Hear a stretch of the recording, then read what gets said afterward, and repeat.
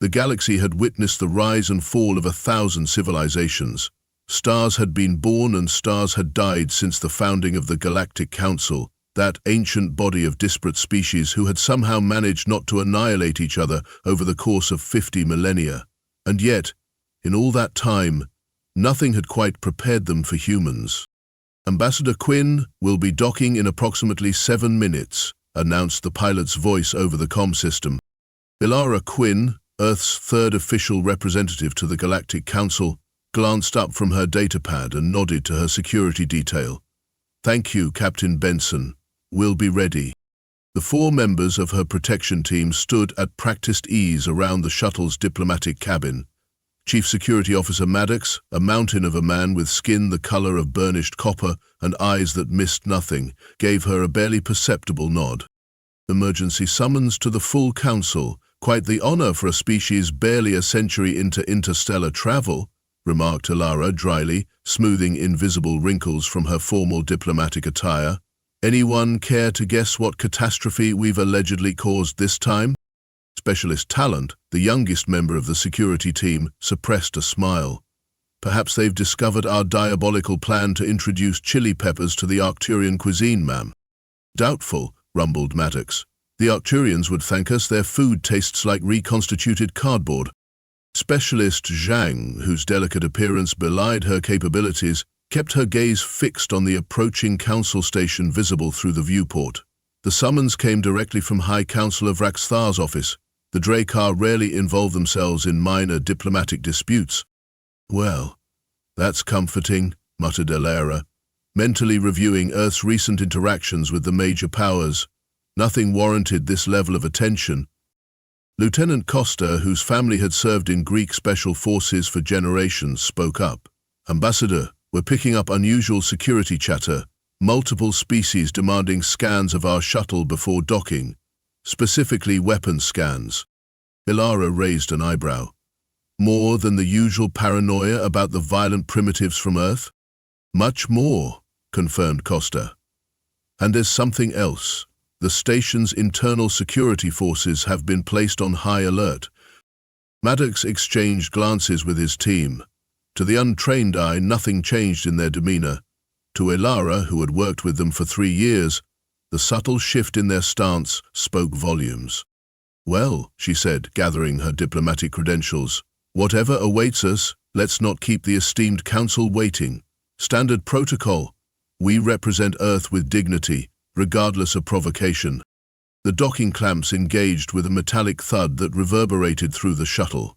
Outside the airlock, a contingent of Otrani security officers waited, their armored exoskeletons gleaming under the station's lights. The insectoid species served as the Council's neutral security force, chosen for their reputation for absolute impartiality. "Ambassador Quinn," buzzed the lead Otrani, mandibles clicking with what humans had learned to recognize as tension. "Your security detail will surrender all weapons before proceeding to the Council chamber." Maddox stepped forward, towering over the Otrani.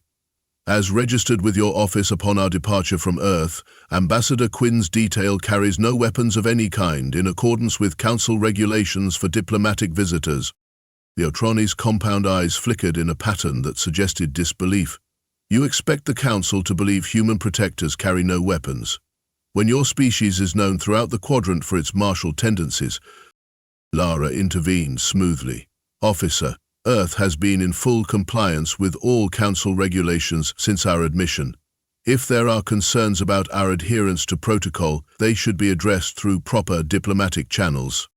The Otrani's antennae twitched. "High Council of Raxthar has authorized enhanced security measures for today's session. You will submit to full biometric scanning before proceeding." Maddox didn't move.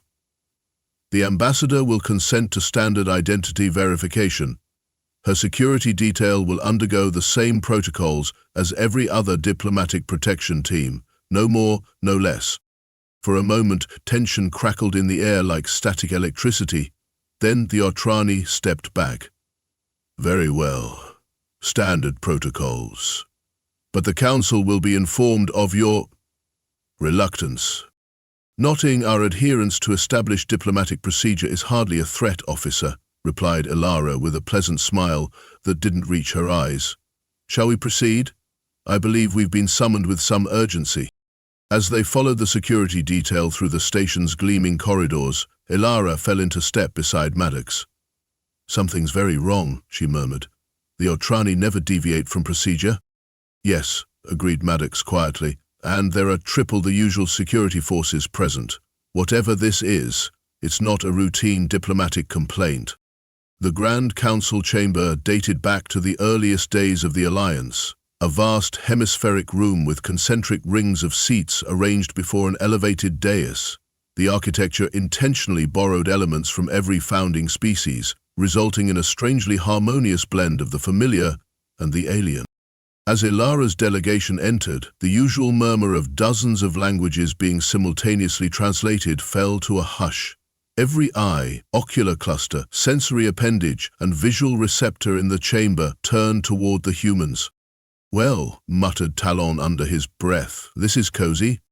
High Counselor Vrax Thar of the Drakkar occupied the central position on the dais, his scaled form draped in the ceremonial robes of his office. The reptilian species had been among the founders of the Council, their civilization ancient when humans were still figuring out which end of a spear to hold. "Ambassador Quinn," his voice resonated through the chamber without apparent amplification, "you respond promptly to our summons. Humans are at least punctual in their dealings." Elara inclined her head in the precise degree of respect appropriate for a junior species addressing a High Counselor. "The Earth Confederation values its relationship with the Galactic Council, High Counselor. We are always ready to address any concerns." Vrax Thar's vertical pupils narrowed. "Concerns? Yes, there are many concerning aspects of human behavior that have come to our attention, most immediately the matter of your security practices." A murmur swept through the assembly. "I'm afraid I don't understand, High Counselor," replied Elara carefully. "Earth has meticulously followed all Council security protocols since our admission."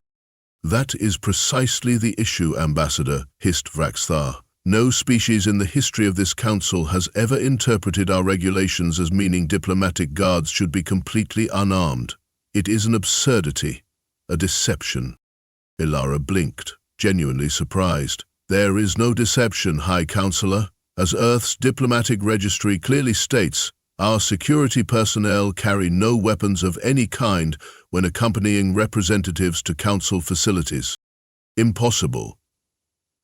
The voice came from the Tellurian delegation, the gelatinous ambassador's translation unit rendering his burbling speech into harsh consonants. "Humans are documented as the most aggressively territorial species admitted in the last millennium. Your historical records detail thousands of years of continuous warfare. Your entertainment glorifies combat. Your security forces would never allow a high-value representative to travel unprotected."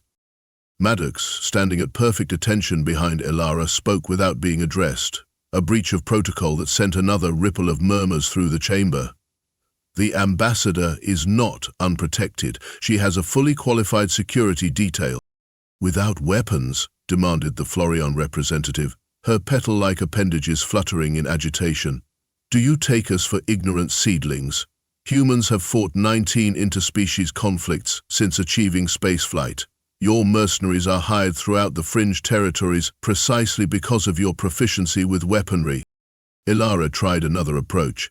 "Perhaps there's a cultural misunderstanding. Earth's diplomatic corps operates under strict—" "There is no misunderstanding," interrupted Vrax Thar. "There is deception. Humans have somehow concealed weapons from our sensors. Perhaps biological implants, perhaps technological devices beyond our detection capabilities. Either represents a grave security breach and violation of Council trust." The chamber erupted in accusations, each species translator struggling to keep pace with the overlapping voices. "They've modified their genetic structure. Hidden weapons in their cellular makeup. The primitive appearance is deliberate misdirection."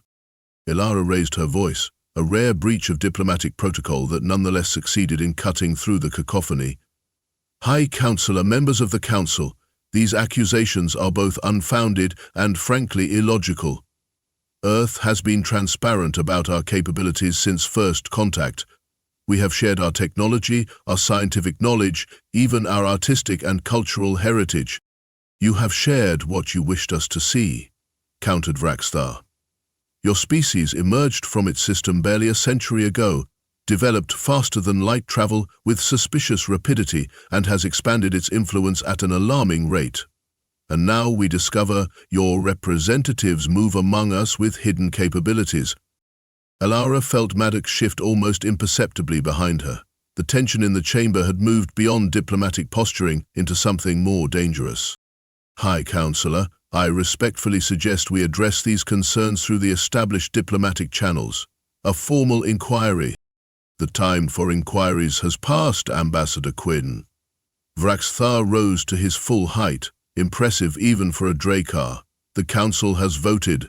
Your delegation will submit to a full molecular scan to identify your concealed weapons, or Earth's membership will be suspended, pending a security investigation. Elara maintained her diplomatic composure, even as she recognized a trap. As I've stated, we carry no weapons. However, a molecular scan violates not only diplomatic immunity, but also the privacy protections guaranteed to all Council species under the Charter of Rights.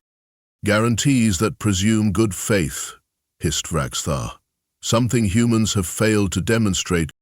On the contrary, countered Elara, Earth has operated with complete transparency. Our security protocols are registered with the Council. If you consult the records, you'll find enough evasion. The voice belonged to Ambassador Zokonar of the Velithian hegemony, a traditional rival of Earth's interests in the Orion Spur. If humans have nothing to hide, they should welcome the opportunity to demonstrate their compliance. Elara noticed a subtle signal pass between Zokonar and Vraxthar. So that's it, she thought, a political maneuver, using Earth as the pawn. The matter is decided, announced Vraxthar. The scan will proceed immediately. Before Elara could respond, a squadron of Otrani security officers entered the chamber, carrying scanning equipment that was definitely not standard issue. The insectoids moved with military precision, surrounding the human delegation. This is a violation of multiple Council statutes, stated Elara firmly. I formally protest this action and invoke Earth's right to... The explosion caught everyone by surprise. It came from the rear entrance to the chamber, a controlled detonation designed to create confusion rather than casualties. In the ensuing chaos, a group of armed figures burst through the smoke, wearing the distinctive armor of Velithian commandos. Protect the delegates, buzzed the Otrani security chief. But the insectoids seemed strangely slow to respond, their movements uncoordinated. Understanding dawned on Elara as she watched Zokonar slip quietly toward a protected exit. This was never about Earth's supposed weapons. This was a staged incident. Maddox, she said quietly. Her security chief nodded once. Team, protect the ambassador. Standard protocol. What happened next would later be described in 1,000 different ways by the various species present, each account filtered through their own perceptions and prejudices. Some would claim the humans moved faster than physically possible. Others would insist they used banned combat technologies. A few even suggested temporal manipulation. The truth was both simpler and more impressive. As the first Velithian commando raised his pulse rifle toward the Arcturian delegation, Talon was already in motion. The young security specialist crossed the intervening space in 3 fluid strides, launched into the air, and twisted in a way that seemed to momentarily confuse the chamber's artificial gravity. His foot connected with the commando's helmet with precision and force that sent the attacker crashing into the wall. Simultaneously, Zhang had positioned herself between 2 more commandos and the knot of diplomatic aides they'd targeted. When the attackers fired, their energy pulses somehow never reached their targets. Zhang's hands moved in patterns too fast to follow, deflecting each blast with targeted force fields that were standard issue for Council security forces. Costa had disappeared entirely from view, only to reappear behind a commando preparing to fire into the clustered Florian delegation. His movements were economical and devastating, targeting nerve clusters and joint structures with knowledge that spoke of extensive xenobiological training. And Maddox? Maddox was a revelation. The security chief moved with a grace that belied his size, crossing the chamber in seconds to intercept a commando charging toward Elara. What followed was a demonstration of combat skills that left even the militaristic species in the chamber speechless. Maddox redirected the attackers' momentum, used their own weight against them, and neutralized the threat with a series of precise strikes that rendered the commando unconscious without causing permanent injury. Within 47 seconds, a time span later verified by the chamber's security recordings, the human security team had neutralized all 8 Velithian commandos without a single weapon drawn. Not by the humans, at least. The chamber fell into stunned silence. Elara straightened her slightly disheveled diplomatic attire and turned calmly to face Vraxthar, whose reptilian features had lost some of their typical composure. "High Counselor," she said, her voice carrying easily in the hushed chamber, "I believe this unfortunate incident has answered your questions about Earth security protocols. As registered with the Council, my protection detail carries no weapons of any kind." "That?" Vraxthar seemed to struggle for words. "That cannot be. What we just witnessed was the result of training, High Counselor. Nothing more, nothing less." Elara allowed herself a small smile. "Humans have pursued the art of unarmed combat for millennia. What you witnessed were techniques with names like Aikido, Jiu-Jitsu, Krav Maga, and dozens of others, combined with standard physical conditioning and situational awareness training." The Tellurian ambassador's translation unit rendered his thoughts with undiplomatic bluntness. "You're saying all humans can fight like this, without weapons?" "Of course not," replied Elara. "Just as not all Tellurians excel at quantum mathematics, these individuals are specialists, selected for their particular skills and extensively trained." From the floor where he'd been efficiently subdued, the Velithian commander managed to activate his translator. "Impossible. No unaugmented biological entity could move with such speed and precision." Maddox looked down at the commando with something almost like pity. "Your mistake was studying our weapons and not our history. For most of human development, we didn't have energy weapons or molecular disruptors. We had our bodies, our minds, and whatever tools we could fashion. We became very, very good at using them." A ripple of unease passed through the chamber. "This was a coordinated attack," continued Elara, turning back to Vraxthar. "One that appears to have been permitted, if not orchestrated, within the sacred chamber of the Galactic Council. I formally request an immediate investigation into this breach of Council neutrality." The Florian representative's petals had darkened to a deep crimson, a sign of intense emotion. "The human speaks truth. The Otrani were slow to respond. The chamber defenses never activated. This was a planned assault." As accusations flew across the chamber, Elara leaned slightly toward Maddox. "Well, this diplomatic mission has certainly taken an interesting turn." "Indeed, Ambassador," replied Maddox, with the faintest hint of amusement. "Although I suspect our training exercises will become much more popular viewing among the Council species after today." Vraxthar was struggling to regain control of the chamber, his ancient authority suddenly on shakier ground. "Order. The Council will have order. This incident will be fully investigated. If collusion is discovered—" "When collusion is confirmed," interjected the Arcturian delegate, their crystalline form refracting light in patterns that indicated intense emotion, "the responsible parties must face the full consequences under Council law, including those who hold high office." Elara watched as the political implications rippled through the gathered representatives. What had been intended as a move to discredit Earth and possibly remove their growing influence from Council affairs had backfired spectacularly. As the Otrani security forces finally moved to take custody of the Velithian commandos, Elara caught snippets of conversation from nearby delegations. "No wonder they don't carry weapons. Their bodies are the weapons. Imagine if they were actually trying to hurt someone." The Drakkar Junior delegate approached Elara with the sinuous movement characteristic of his species. "Ambassador Quinn," he said quietly, "High Counselor Vraxthar requests a private audience at your earliest convenience to discuss mutual security concerns." Elara nodded with perfect diplomatic poise. Please inform the High Counselor that Earth is always eager to cooperate on matters of galactic security. My office will arrange a suitable time. As the delegate withdrew, Talon rejoined the security team, a slight smile playing at the corners of his mouth. Ambassador, I believe we've made quite an impression today. Perhaps too much of one, murmured Chang.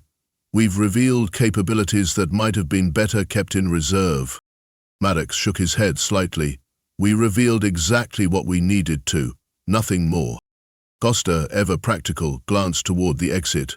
The shuttle is standing by, Ambassador, unless you'd prefer to remain for the rest of what promises to be a rather chaotic session.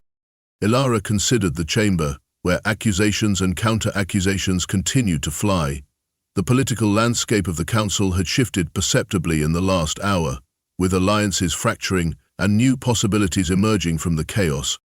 I think our presence has generated quite enough excitement for one day, she decided.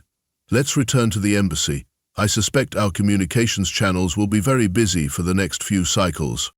As they departed, leaving the Council to grapple with the implications of what they'd witnessed, Elara reflected on the strange path that had brought humanity to this moment, from a single world to the stars in a handful of generations, carrying with them both the violence of their past and the discipline they'd developed to contain it.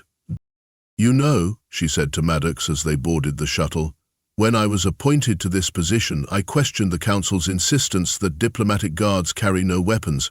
It seemed an unnecessary risk. And now, Ambassador? Now I understand it was one of the wisest decisions in Council history, she replied, just not for the reasons they intended. The story spread, as stories do, first among the diplomatic corps, then to the trading vessels that moved between Council worlds, and finally to the farthest reaches of known space. With each retelling, it grew more elaborate, more impressive, more legendary. On 100 worlds, in 1,000 variations, beings gathered to hear tales of the humans who needed no weapons, of how a handful of unarmed guards had defeated elite commandos in the heart of the Council chamber, of how the ancient Drakkar had been humbled by the upstart species barely out of their planetary cradle. And in diplomatic chambers throughout the galaxy, when human representatives arrived with their unarmed security details, they were regarded with a new combination of respect and wariness, for everyone now understood the truth that had been hiding in plain sight all along. The absence of weapons wasn't a concession to Council regulations, it was a courtesy. As the legend grew, so did humanity's reputation. The diplomatic incident in the Council chamber became known colloquially as the Unarmed Truth, a name that spread from one end of the galaxy to the other with surprising speed. What most species failed to realize was how that single event had changed the trajectory of human integration into galactic society. 6 months after the incident, Elara found herself on Centauri Station, the bustling trade hub that served as humanity's primary foothold in the galactic community. She sat across from Admiral Thorne, the grizzled veteran who oversaw Earth's expanding defensive fleet, in a private meeting room with security protocols that would make most paranoid species weep with envy. The Council's intelligence services have been crawling all over our training facilities, Thorne grumbled, his weathered face creased with annoyance. Every species with opposable appendages suddenly wants to learn ancient human combat techniques, as if we're some mystical warriors from a badly written holovid. Elara sipped her coffee, a beverage that had become surprisingly popular among certain alien physiologies capable of processing caffeine. I'd consider that a diplomatic victory, Admiral. 6 months ago, half the Council wanted to quarantine Earth as a dangerous aberration. Now they're sending cultural exchange delegations. Cultural exchange, snorted Thorne. Is that what we're calling espionage these days? It's only espionage if there's something to hide, Elara pointed out reasonably, and we've been quite transparent about our martial arts traditions. There are, after all, several thousand years of historical documentation available in the public domain. Maddox, standing at ease near the door, allowed himself a small smile. The Arcturians have particular difficulty with the concept of kata. They can't understand practicing movements that will never be used in actual combat. Lack of imagination, muttered Thorne. Always been their weakness. He leaned forward, lowering his voice despite the room's security measures. That's not why I asked for this meeting, Ambassador. The Joint Chiefs are concerned about the, shall we say, enthusiastic interest in human physical capability. Elara raised an eyebrow. Elaborate?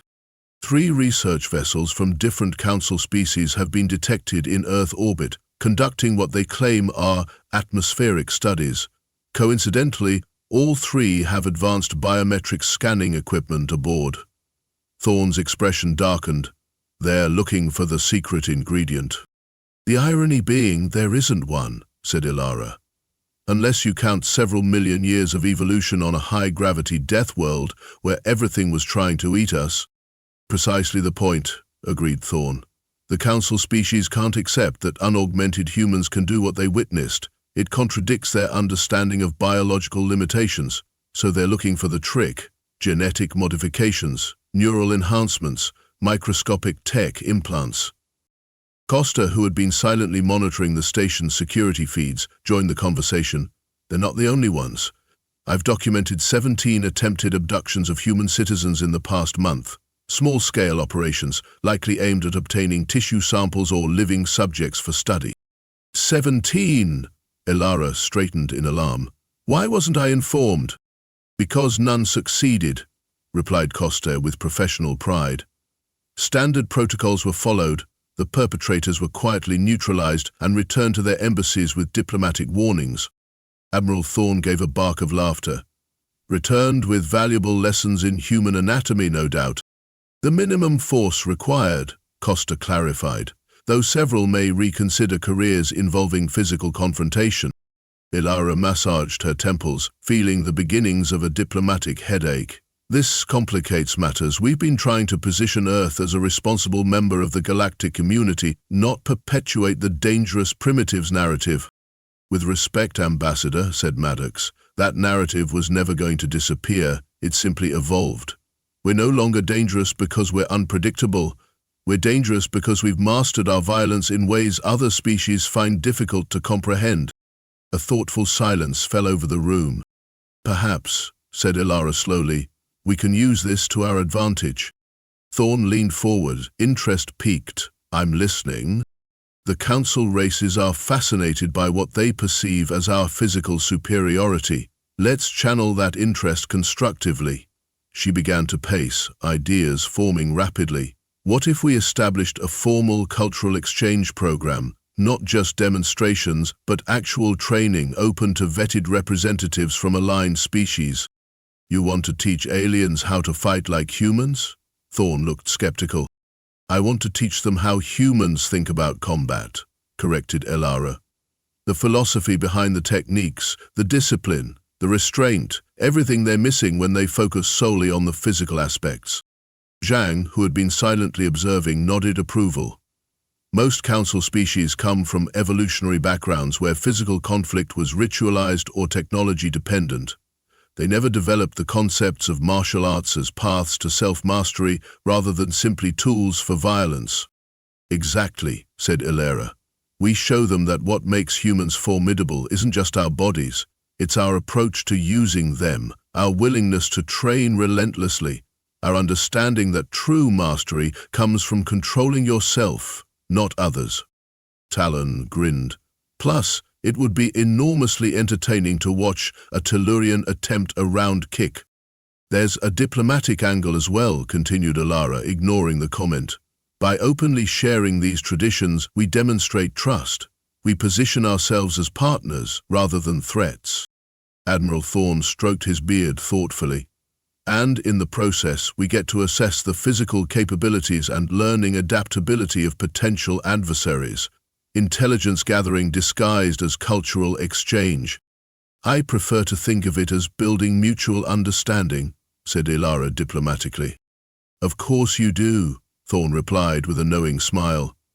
That's why you're the ambassador, and I'm just a simple military man.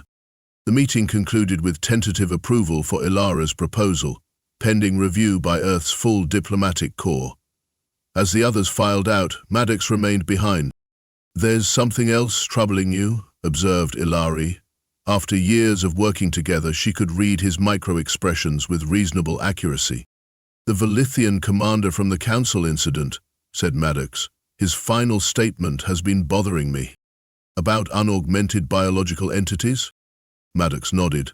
"It implies they expected augmentation, that their intelligence suggested we had enhanced ourselves in ways their scanners couldn't detect." Elara considered this. Logical from their perspective, they couldn't believe natural humans could move that way, so they assumed enhancement. "Yes, but," Maddox hesitated, uncharacteristically uncertain. "What if they weren't looking for weapons at all? What if the entire confrontation was designed to force us to demonstrate capabilities they couldn't otherwise observe?" A chill ran through Elara as the implications settled. "You think we were manipulated into revealing our true physical baselines? That the attack was a feint within a feint?" "It's what I would have done," admitted Maddox, "if I needed to assess an adversary's capabilities and they were being frustratingly circumspect about them." Elara sank back into her chair. "So while we've been congratulating ourselves on turning a diplomatic ambush to our advantage, we may have played directly into a longer-term strategic intelligence operation," completed Maddox, "though that's conjecture at this point." For a moment, silence hung between them, heavy with implications. Then Elara laughed, a genuine sound that seemed to surprise even her. "Well, if that's true, then the galaxy is about to learn another important lesson about humanity." Maddox raised an eyebrow in question. "We're at our most dangerous," said Elara, "when we know someone's watching." The exchange program, dubbed Terran Combat Philosophy Initiative in official documentation and Human Punching Academy in less formal circles, launched 3 months later to unprecedented interest. The waiting list for positions extended years into the future, with some smaller council species trading valuable concessions simply to secure spots for their representatives. What few outside Earth's strategic planning circles realized was how carefully each session was designed, not just to teach, but to evaluate and understand the physiological and psychological makeup of each participating species. The intelligence gathered would prove invaluable in the decades to come. And as Earth's influence in the Council grew, so did the whispered stories of humans who fought without weapons yet could never truly be unarmed, of diplomatic guards who could disable attackers with such precision that the Council's finest medical technicians couldn't determine exactly how the injuries had occurred, of a species that had spent its formative millennia perfecting the art of close-quarters combat in ways that made even the traditionally militaristic species uncomfortable. When asked about these rumors, human representatives would simply smile and offer yet another cultural exchange opportunity. After all, there was no secret to hide, only lessons that could only be truly understood through experience. And throughout the sprawling Galactic Council, in chambers both grand and modest, a new protocol quietly emerged. When human delegations arrived, they were given just a little more space than other species. Their words were weighed with just a little more care, and no one, not even the most aggressive species, suggested they might need weapons to protect themselves. It was respect, wrapped in caution, wrapped in the growing realization that humanity's greatest weapon had never been anything they carried. It had always been themselves.